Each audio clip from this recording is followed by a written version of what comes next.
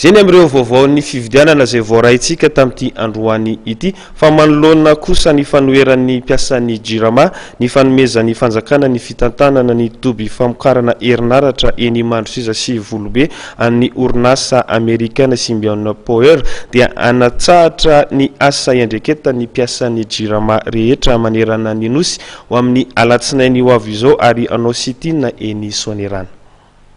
Manohitra ny fifanarahana nataon'ny fitondram-panjakana amin'ny orinasa Amerikana Symbion Power amin'ny fitantanana ny tifara ny fototra fitrasan'ny jirama Mandrosiza sy Volobe ao anatin'ny 20 taona ny mpiasan'ny jirama. Fananam-pirenena ny jirama ka tsy tokony atao tahaka izao raha ny nambaran'ny farimbon-tsendikaly. Hanatsahatra ny asa indreketan'ireo mpiasan'ny jirama manerana ny nosy amin'ny alatsinainy 7 volana Aogositra tontolo andro ary hanatanteraka sitiny eny Soanerana. Antony efatra no tsy aneken'ny jirama ity fifanarahana nataon'ny fanjakana miaraka amin'ny Symbion Power. Itoy kosa nefa ny famatsiana ny jiro sy ny rano. Voalohany amin'izany dia ny fanomezana orinasa vahiny concession mandritra ny 20 taona dia adikanay ho fivarotana tanindrazana, fivarotana ny fotodrafitrasa ny firenena malagasy izay efa ny firenena malagasy. Ny faharoa dia ireo contrat atao amin'ireny orinasa privé reny vidianan'ny orinasa jirama herinaratra amin'izao fotoana izao dia contrat mambotry ny firenena malagasy ny fanatanterahana azy satria zavatra vidiana lafo amidy mora. Fahatelo dia ny takinay hiatrehana ny délestage amin'izao fotoana izao dia ny fanamboarana ireo milina rehetra ananan'ny jirama fa raha amboarina ny ao Mandrosiza amboarina ny ainy Ambohimanambola dia afaka miatrika tsara ny délestage ny sika raha iny eto Antananarivo ndresandra dia tahaka izany koa ny any amin'ny province. Inona ny tsanambarana an'izy ireo? Ny tsanambarana an'izy ireo dia ny fividianana piesy. Ny piesy ilaina amin'izy ireo zany nanaovanay antsoavo amin'ny mpitondra fanjakana sy ny filoham-pirenena ny fividianana azy ireo, ny famoahana satria fantatray fa ny antona any amin'ny présidence républicaine amin'izao fotoana izao ny famoahana ny vola mikasika an'izy io dia izay no takinay sy anaovanay antso hoe avoay ireo mba ahafahana miatrika ny délestage amin'izao fotoana izao. Isika mahafantatra fa ampahafantarina antsika fa fioloro ny ao Mandrosiza izany hoe tsy mandeha gasoaly io ary io irery ihany no mandeha fioloro. Dia ampitahaiko fa ny orinasa Symbion maneran-tany izay misy azy any ivelany any dia tsy mampiasa groupe mandeha fioloro zany. Izany hoe mbola hianatra sy hanofana piasa izy zany raha handray any Mandrosiza. Izahay anefa dia efa 7 taona ny tazoman'ny mpiasan'ny jirama anio ao Mandrosiza io amin'izao fotoana izao.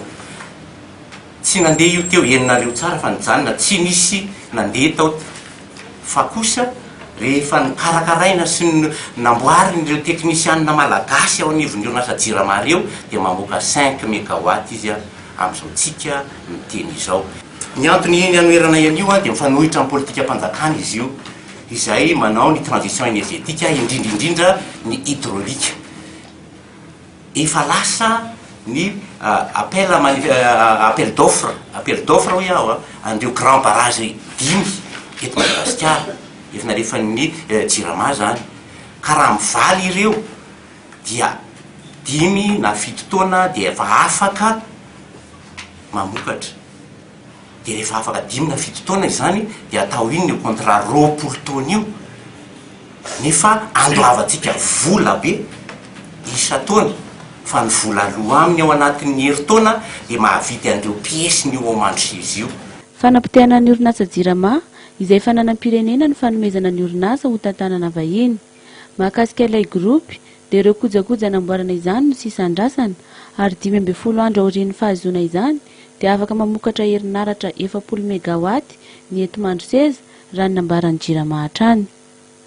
Mikasika ny fitakiana fahobe nataon'ny farimbon-tsendikaly dia tsy mbola nanohana ny antson'ny mpiasan'ny jirama hatreto ny fitondram-panjakana malagasy fa efa nisy kosa ny fifampiresahana sy ny fifanankalozan-kevitra indroa taona nataon'ny mpitantana ny orinasa sy ny farimbon-tsendikaly eo anivon'ny jirama tamin'ny talata 7 Jolay sy ny alakamisy 3 Jolay nentina mahamba-olana ireo fitakiana. Miisa 7 ireo fitakian'ny mpiasan'ny jirama ka ny 5 mahakasika ny foibe-pitantanana ary ny 12 mahakasika ny fitondram-panjakana. Amin'ireo 5 notakiana amin'ny mpitantana ny orinasa jirama dia ny 4 no efa nisy ny fifanarahana fa ny 17 kosa mbola misy fifanolanana. Mitaky ny ametrahan'ny fanjakana politika mazava mahakasika ny politika ny angovo ny mpiasan'ny jirama ary ny fanatsaharana ny fanaovana fifanarahana vaovao raha ny nambaran'izy ireo. Angatahanay ny fametrahan'ny fanjakana politika energetika mazava eto amin'ny tany sy ny fanjakana ametrahanay anaovanay izay ary eo dia travazay. Faharoa efa nilaza zay manao hoe ajanony atsaro ny fanaovana contrat vaovao ary raha ohatra ka mbola tsy vita révision ny contrat rehetra teo aloha izay tsapa tsy hita misongadina fa mampikizo ny orinasa jirama ary mampitondra faisana ny vahoaka malagasy. Ny fahatelo ny zavatra tsapanay dia tokony istahany fanjakana ny fitsabajabahana amin'ny fitantanana indrindra ny amin'ny tetikasa ampahomby ny orinasa jirama.